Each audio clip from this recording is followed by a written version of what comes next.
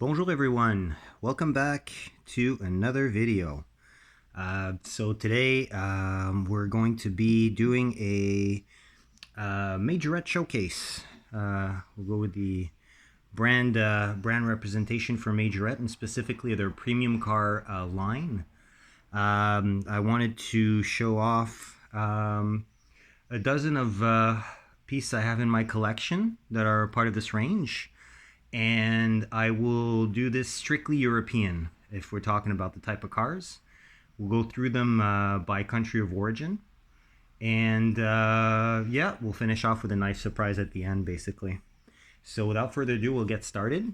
So first one I'm going to show you is this nice little Jaguar FType R. And that beautiful blue hue that Jaguar does so well. So nice little sports car, styling and proportions that are kind of reminiscent to the E-Type. A few touches of the early XK line as well, the 120, 150, and 180. So basically, we've got premium line, which means we will have opening parts. We will also have full interiors, and most of these will have some type of lens lights, metal body, plastic base, and plastic wheels. So no rubber tires for the most part. So yeah, this one's really well done. It's a casting that has its equivalent at Matchbox. Matchbox does do an equivalent to this, a blade in a much closer to true 1/64 scale, whereas this one is slightly larger. And the version Hot Wheels does in their main line, in coupe form at least, is the facelifted version that has, I believe, 2 color variants so far. And if we're talking about the same generation with the same front end, they actually do the SV Project 8 convertible, so not the coupe. So this one is very well done. You've got some painted rear lights, a little bit lacking for the detail for the exhaust, unfortunately, but as for the rest, it's very well done. As mentioned, lens front lights. See that all the grills are very well done. A little Jaguar logo in that front grill. Proportions are very good. The wheels are typical Majorette that reused on many models, and you'll probably see them again shortly on alternates that I will show you. So basically, we'll continue on with this Bentley Continental GT S in a metallic pink. So again, nice little model, well proportioned, slightly bigger than 1/64. We've got a mix of lensed and painted front headlights with the 4 circular front lights, Bentley logo. All the grills are well done and present. Opening doors. Rear has all the painted details with the plate, the lights, and the logo. We're looking at wheels that are going to be the 5.5 spokes on this one. Again, plastic wheels. Really nice paint color though. I mean, you know, you have to be kind of like a fan of pink, but I have a few pink cars in my collection. This one's definitely, until further review at least, the most interesting hue of pink. Not a hot pink, it's very metallic. Interesting, and pretty much the reason why I picked this up. So I have an alternate of this with the Breitling livery, black with the yellow detailing. I think I actually prefer this one because it's less sporty and more of a, you know, with the chrome wheels and the lack of two-tone. It's a little bit more stately besides the ghastly color, so, or ghastly to some, I guess. So interesting color choice. Next up, this I believe this would be my most recent Majorette pickup. We're looking at the McLaren Senna in the classic McLaren Can-Am orange. So as you can see, we've got the butterfly doors that are functional. Very aggressive styling throughout the car. If ever you've seen one of these in real life, there's so many details to take in. Very, very intricate car. You know, the styling, I mean, it's function before form. It's not the most beautiful hypercar. Far from it, in my humble opinion. But it is definitely functional. I mean, the numbers speak for themselves. Not just the figures, but also what this thing can do on a track. And this is a very nice rendering by Majorette. So we've got the black or very dark gray 8-spoke wheels. Rear, I mean, I always kind of feel like calling out the lack of rear lights, but we have to remember in this case that these McLarens, the newer ones, especially the more aggressive ones with less of a front and rear fascia, if we're talking about the vertical, these are all LEDs, right? So they're very hard to see on the get-go on the real car, let alone a 1/64 scale diecast or close to 1/64 scale diecast. Let's call it a 3-inch. But yeah, not my favorite McLaren, but I mean, with the doors and how this is done, I mean, I'm definitely a fan of this casting. So definitely prefer this one to the Hot Wheels equivalent, without a doubt. All right, next up, and last of the British cars that we're going to be looking at today, going to be falling into a little bit more of a motorsport vibe with the Aston Vantage GT8. Homologation special for the cars that run in Le Mans and whatnot. Very cool car. Very nicely done. Lensed headlights. I like the gray, the dark gray paint with the lime green accents, which really makes the details pop, especially that rear. If you can see that, those rear lights and the emblems and everything, it really pops because of the lime green contouring. So definitely a fan of that. Again, opening doors. You've got the double 6 spokes in black with the chrome ring, which lend themselves well to this casting. I do like the thicker sidewall on the tires. You can see there's a summery thread on the wheels as well. Just a little touch to add to the realism. Big wing on the back. Looks slightly crooked, but I mean, it could just be the way the car sits in the packaging, honestly. So I'm not sure. All of these so far have had black interiors, so I won't go too much into detail with the black interiors and what they contain. But I can tell you one thing. Again, another strong suit of Majorette. No stump steering wheels. Shifters that are much closer to being realistic as opposed to just a blob in the middle of the console. So lots of positives there. And I do like the fact that all these have clear windows as well, so you can see the interior really well once these are out of the packaging as well. So, all right, after a little tour of UK cars, let's jump right into some Italian cars. Oh, by the way, little quick note here. These are all releases that are going to be from the past 2 to 3 years, so they're all fairly recent.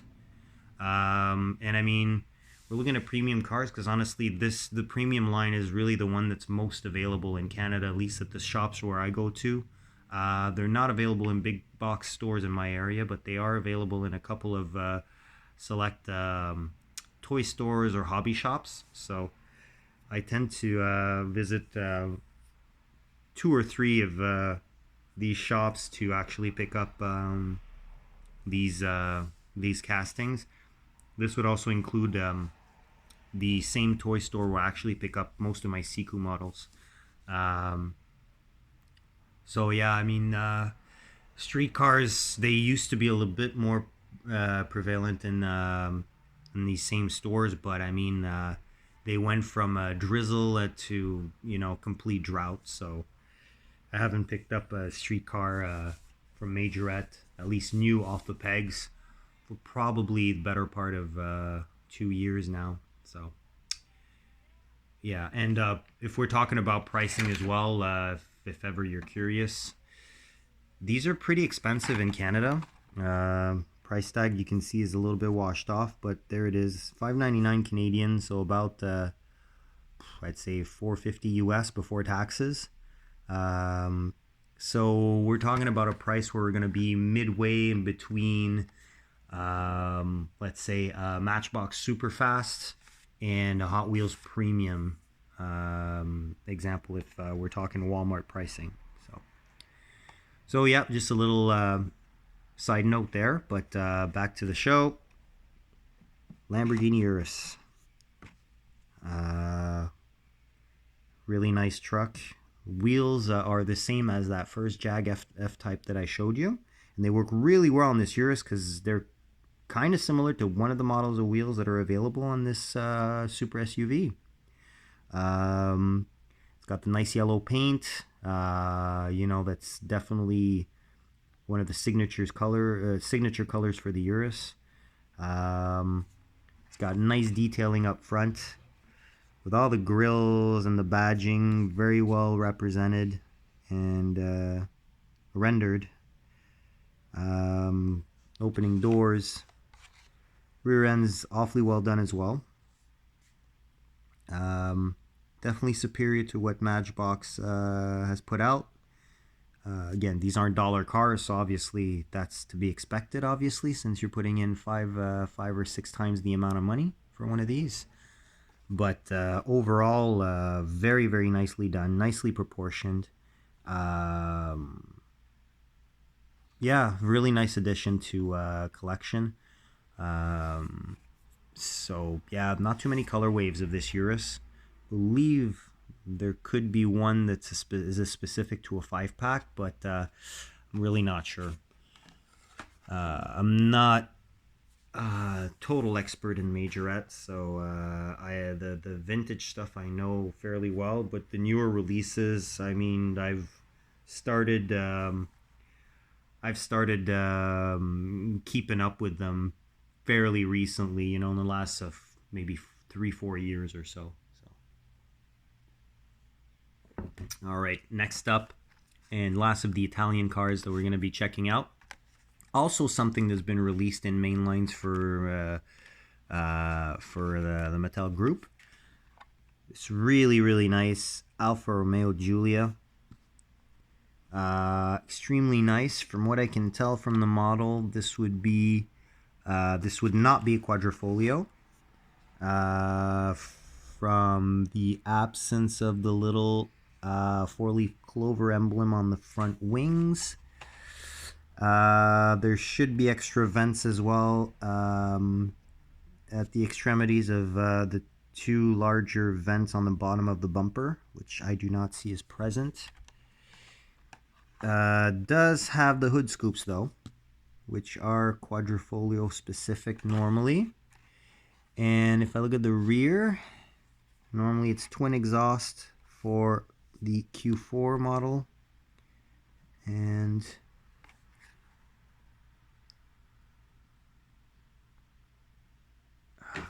really hard to see. Yeah, no, it does have the quad exhaust on the back, so either this is a quadrifolio mock-up or it's a quadrifolio that had its front fenders debadged. Not exactly sure. But, you know, we have the same type of thing from the Matchbox version that was alluding to before. Actually, if you allow me just 1 second, how about we compare that?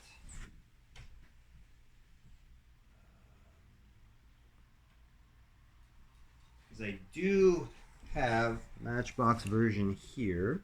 Now, the Matchbox version is definitely closer to 164, but not by a whole lot, as you can see. Proportions are better on the Majorette, especially rear overhang that's slightly longer on the Majorette and much more representative of the real vehicle. But if you look at the details, we have the same thing. Basically, we have the same quad exhaust on the back. There's a little wing actually that's present on the Matchbox version that is not on the Majorette version. And on the front, you'll see there what I was alluding to, those little vents on the extremities of the front bumper on the Matchbox version on top that are not present on the Majorette version. Yeah, both have the scoops on the hood as well. Much more visible on the Majorette, obviously, since they're now detailed down on the Matchbox.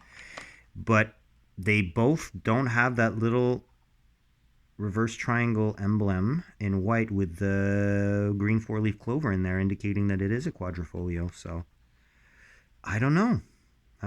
It's kind of weird.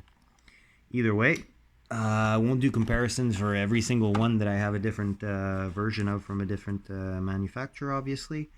But, you know, since Matchbox one was readily available, I thought, why not? All right, so next two are going to be a little bit lesser known for North Americans because they're two models that are not imported here from two brands that are not present on our soil. So basically, we're going to be looking at two French hot hatches. Sorry about that. First one I'm going to show you is the Peugeot 308 GTI in the launch livery, with the front being a dark metallic red and the back being in black. Obviously, the moving part on this one is the opening hatch. You'll probably notice as well that the wheels are the same as the Giulia that we just looked at. Slightly different model versus the one from example, the Jag. See, the wheel model is kind of like reversed. Yeah, so this is a little bit of a little powerhouse of a car. These come with well over 250 horsepower out of the box for a car that's about the size of the current Gen Honda Fit, maybe slightly larger. So it's kind of intermediate based on European standards. North American standards, this is considered, you know, I'd say subcompact basically. Maybe slightly bigger than that. Maybe like a Kia Forte 5-door, or it's smaller than a Civic. Maybe slightly larger than a Fitz, or somewhere in the middle, basically. And I won't compare it to the HRV because the HRV is lifted, whereas this is definitely not. So, but a cool little hot hatch, tight handling kind of car that out of the box, basically, if you take those S's really quick, you can probably have the inside rear wheel no longer touching the ground, which is definitely a sign of an extremely solid chassis setup. So there you go. And to push things one rung higher, have the Megane RS from Renault. This one is even more powerful, slightly larger, faster. I personally like the new visual signature that Renault is giving to their cars. It's pretty unique. You know, the fog lights are actually being replicated. Those staggered fog lights that you see on the bumper, in that air intake. Let's see, try and get a better view of that. Maybe like this here. There we go. So you see there's like 3 fog lights that are kind of like offset one to the other. I mean, for the new Hyundai Tucson, they kind of started doing that as well. Obviously not exactly the same, but you know, Renault started it, and it's being adopted. French cars have always been quirky in their styling anyways, and they're very they're very advanced in what they're going to let their stylists do, and they're going to bring to production many styling cues that are kind of different, basically. So kudos to French auto stylists. Very cool. And now basically we're going to finish off with some German cars. So one cannot present a lineup of German cars without presenting a Porsche 911. See, here's a 991 GT3 RS, well-known cast. The Porsche line is actually quite prevalent in on the North American market if we compare it to other lines that Majorette produces. This one has a super nice Miami blue style tone or hue of paint, black wheels, high-rise wings specific to the GT3. The vents are there on both front and rear fenders, opening doors. Really, really nice car. This is my favorite color in the current Porsche color catalog. Really well done front end. Very, very nice looking with the lens front lights, the Porsche logo, all the vents thoroughly detailed. Very nice piece. Yeah, and the rear as well. I mean, I normally prefer vintage Porsches.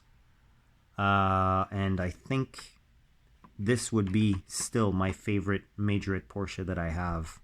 Don't have a whole lot, mind you, but I do have another one.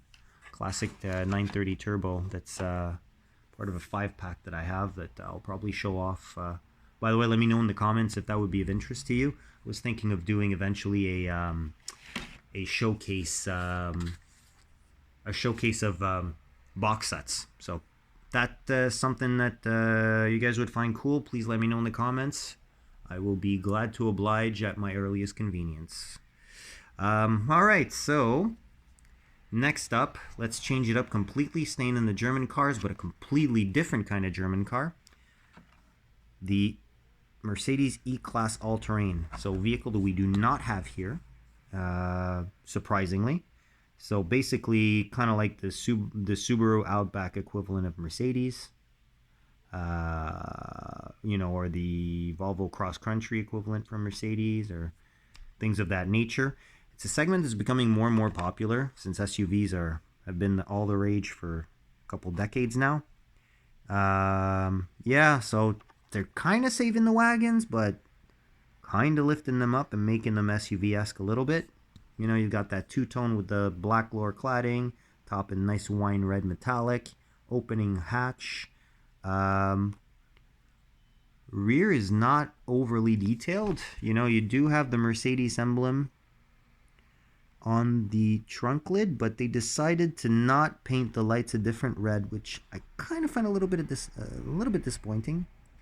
They did decide to give a light tint to the windows though, which I find kind of looks cool, and it lends a tinted look to the front lights as well, which I find kind of cool. You know, it's well rendered. It's a nice car. Nice little chrome 10 spokes. Looks good. Trailer hitch on the back. So yeah, nice little vehicle, nice little unit. Not bad at all. Don't dislike this one. Hence why I picked it up. I think the second to last last one that I picked up, preceding the McLaren Senna that we checked earlier. So, next up, another little hot hatch, but this time again from Mercedes. It's brand new, came out I think last year. The actual model. So the AMG A35 4MATIC. So the A-Class, new version of the A-Class. A35 is like a midway in between the A250 and the A45, if ever they still offer the A45. I'm honestly more of a BMW and Audi guy than a Mercedes guy personally, but yeah, so midway. So it's got the 2-liter turbo, but it won't push out 350 plus horsepower like the A45. A little detuned, but it's definitely going to give you more than the 240 horsepower that the A250 will give you. Somewhere in between, basically. Should be around the 300 horsepower range, maybe a little bit more than 300. I'm going by half memory and half speculation here, but Yeah, really nice front end. As you can see, lens front lights. The grill's well done. Nice, two nice Mercedes logos. All the grills are done. This is the only example of these wheels, actually, the black multi-spokes.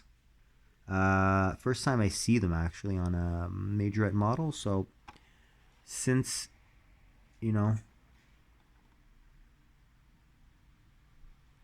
it's a model that we don't have here, and it fits pretty well in the collection, I said, why not? So, opening a hatch with the big wing there. Detailed rear. You know, nice little car. And last but certainly not least, special guest or happy and lucky find. Now, everybody always likes shopping, well, actually, people that collect diecasts love hunting for chase pieces. I was lucky enough to encounter chase piece very early this year, so maybe 4 or 5 months ago. Majorette started doing chase pieces maybe 2 years ago. Correct me if I'm wrong in the comments. I know that the first chase piece would have been a Mercedes G-Wagon. The 650 Brabus with the rear that, you know, that it's like has a convertible top and whatnot there. This is last year's chase. It's a gold edition Mercedes AMG GTR. So as you can see, it is chrome gold. The regular or the main line version of this would have the typical green, snakeskin green style paint that Hot Wheels has done. I have the Hot Wheels mainline version of this, the AMG GT in that color. So this one basically, you know, popped right in my face when I was going through the pegs because of the fact that the paint's so shiny. I mean, this is mirror shiny. I can literally see myself in the paint in the roof. So not sure what these are limited to in terms of production numbers, but they seem to be fairly rare. And I know that I believe for 2022, the chase piece for these is a C7 Corvette with opening hood, but I'm not sure. So this one has opening doors. It has the black 8 spokes with the chrome ring. And yeah, just a beautiful piece, basically. I love the gold finish on this. It looks really, really good, and I'm definitely keeping this one in the collection. I don't collect chase pieces a whole lot, but sometimes I keep them, basically, as keepsakes, and, you know. So this one is definitely my pride and joy in my premium cars collection. And the last car that I wanted to show you today, and also the last German car that is part of the premium line that I wanted to show off today. So hopefully you enjoyed this little showcase. If you did, please hit that thumbs up. Don't hesitate to subscribe to be advised of future uploads on my behalf. I tend to upload every 2-3 days, so much more to come. And of course, feel free to leave your feedback in the comments.